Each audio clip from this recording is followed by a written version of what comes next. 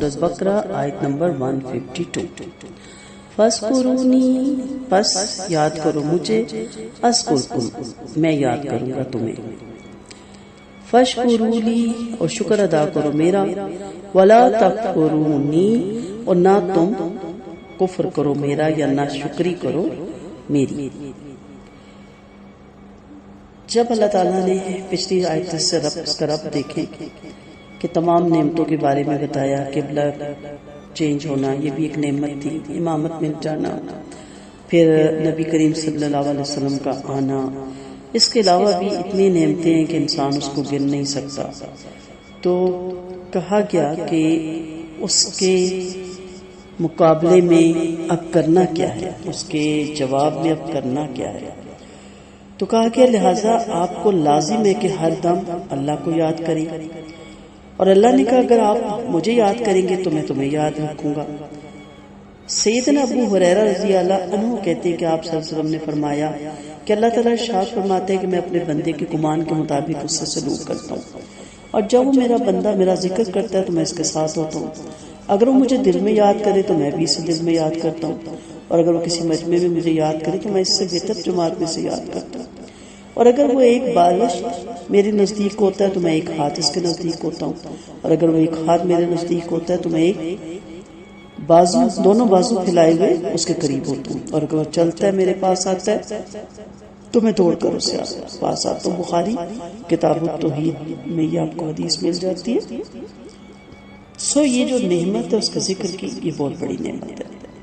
اسی طرح دوسری نعمت شکر کی، اللہ کا شکر ادا کرنے سے اللہ تعالیٰ وہ نعمت بحال بھی نہیں رکھتے بلکہ مزید بھی عطا فرماتے ہیں، اور نہ شکری کی صورت میں وہ نعمت ہی نہیں چھنتی بلکہ اللہ تعالیٰ کی طرف سے سزا بھی ملتی ہے۔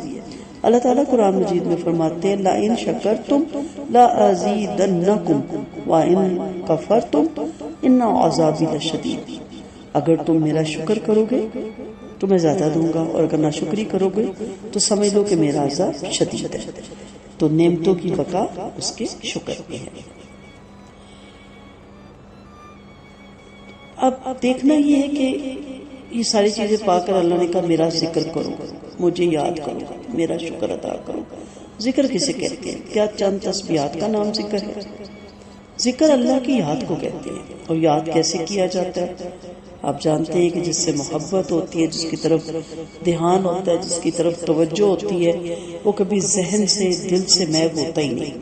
جن ماؤں کے بچے پردیس میں ہوتے ہیں، جن بیویوں کے شوہر دوسرے دیش میں ہوتے ہیں، یا اللہ نہ کرے جن کے مس پلیس ہو جاتے ہیں، وہ کسی لمحے ان کی یاد سے غافل نہیں ہوتے، اور جن کے پیارے بچھڑ جاتے ہیں، حالانکہ ہمیں معلوم ہوتا ہے کہ اللہ کا حکم آ گیا، اللہ نے یہی وقت ان کے لیے لکھا تھا، لیکن وہ پھر بھی ہماری یاد سے نہیں نکلتے، ہمارے دماغ سے نہیں نکلتے، ان کی یادیں ہمارے دلوں میں گھر کر لیتی ہیں۔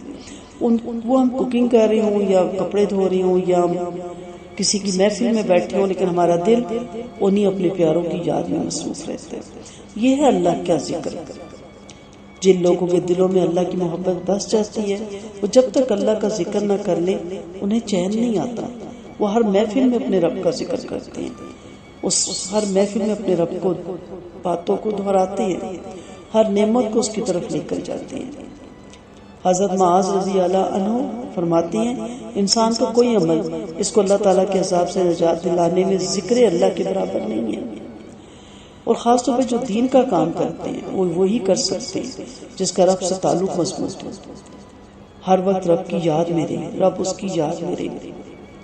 اللہ کو یاد کرنے والے ہماری طرح کے مسلمان نہیں ہوتے جو چند تسبیحات کر لیں، اور جب وقت آئے اس کے حکموں کو ماننے کا تو اس وقت اپنے معاشرے کے رواج کو دیکھے، بدعات کو دیکھے، خرافات کو دیکھے، توہمات کو دیکھے۔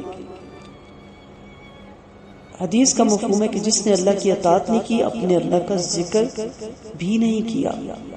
تو ذکر سے مراد اللہ کی اطاعت ہے، اس کی فرما برداری ہے، اس کو یاد رکھنے کی یہ کام میرے اللہ نے کیسے حکم کی ہے، اس کا کیا حکم ہمارے لیے ہے۔ جس شخص کو یہ دو چیزیں مل گئی وہ خوش نصیب ہے، ذکر اور شکر۔ اللہ تعالیٰ کے شکر ادا کرنے کا اعلیٰ ترین طریقہ یہ ہے کہ انسان کفر سے باز آئے۔ اللہ نے کہا میرے ساتھ تکفرونی، ناشکری سے بچو. اور اس کا یہ بھی ہو سکتا ہے کہ مجھ سے کفر نہ کرو.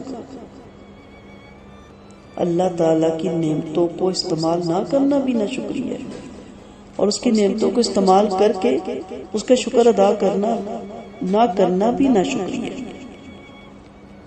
ہمارے ہاں ربانیت نہیں ہے. موسیٰ علیہ السلام رب العزت سے عرض کرتے کہ اللہ تیرا شکر کس طرح ادا کروں.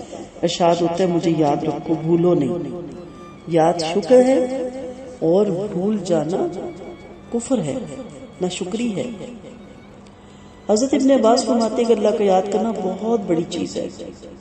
حدیث قدسی میں جو مجھے اپنے دل میں یاد کرتا ہے میں اس سے دل میں یاد کرتا ہوں، جو مجھے جماعت میں یاد کرتا ہے میں اس سے بہتر جماعت میں یاد کرتا ہوں. مسند احمد میں ہے وہ جماعت فرشتوں کی ہے.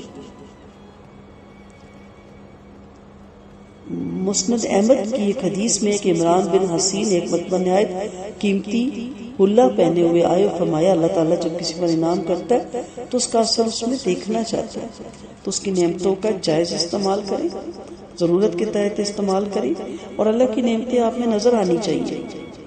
ابو عثمان نحوی رحمۃ اللہ علیہ نے کہا کہ میں اس وقت کو اچھی طرح جانتا ہوں جس وقت اللہ تعالیٰ مجھے یاد کرتا ہے. لوگوں نے کہا یہ کیسے ممکن ہے؟ فرمایا اس لیے کہ قرآن کریم کے وعدے کے مطابق جب کوئی بندہ مومن اللہ تعالیٰ کو یاد کرتا ہے تو اللہ تعالیٰ بھی اسے یاد کرتا ہے. اس پہ جتنا بولنا جائے کم ہے. میں نے اپنی ایک چھوٹی سی کتاب بھی اس پہ لکھی تھی، اللہ رب العزت کی 4 باتیں، اور اس میں ذکر کا تھا. اس قدر اس کے بارے میں احادیث کا آپ کو صغیرہ ملتا ہے کہ انسان حیران ہو جاتا ہے کہ اللہ نے جتنا زور ذکر الہی پہ دیا اتنا کسی چیز پہ نہیں دیا. لیکن ان کو پڑھ کے یہ بھی پتا چلا کہ اصل ذکر ہوتا کیا ہے. چند تسبیحات کا نام نہیں ہے، ہر وقت اللہ کی محبت میں محو رہنے کا نام ذکر ہے. پلک جھپکنے میں بھی اللہ کی نافرمانی نہ ہو، کوئی کام بھی ایسا نہ ہو جائے جو اس کی اطاعت سے ہمیں باہر نکالے، اس کے حکم عدولی میں نہ آ جائے. ہر کام وہ کرے جو اس کی اطاعت کے زمرے میں آتا ہے. ہر لمحے یاد رکھیں کہ یہاں اللہ کا کیا حکم ہے، کیونکہ اللہ نے دنیا میں بھیج کے پورا ہمیں ضابطہ حیات دیا، زندگی گزارنے کے تمام طریقے دیے، پاؤں کے نخون سے لے کے سر کے بال تک ہماری ذہنی ہماری جسمانی ہر طرح کی تربیت کا انتظام کیا، اور اللہ نے بتایا کہ کس طرح یاد رکھنا ہے. رہی بات ہم اس کو کتنا یاد رکھ سکتے ہیں.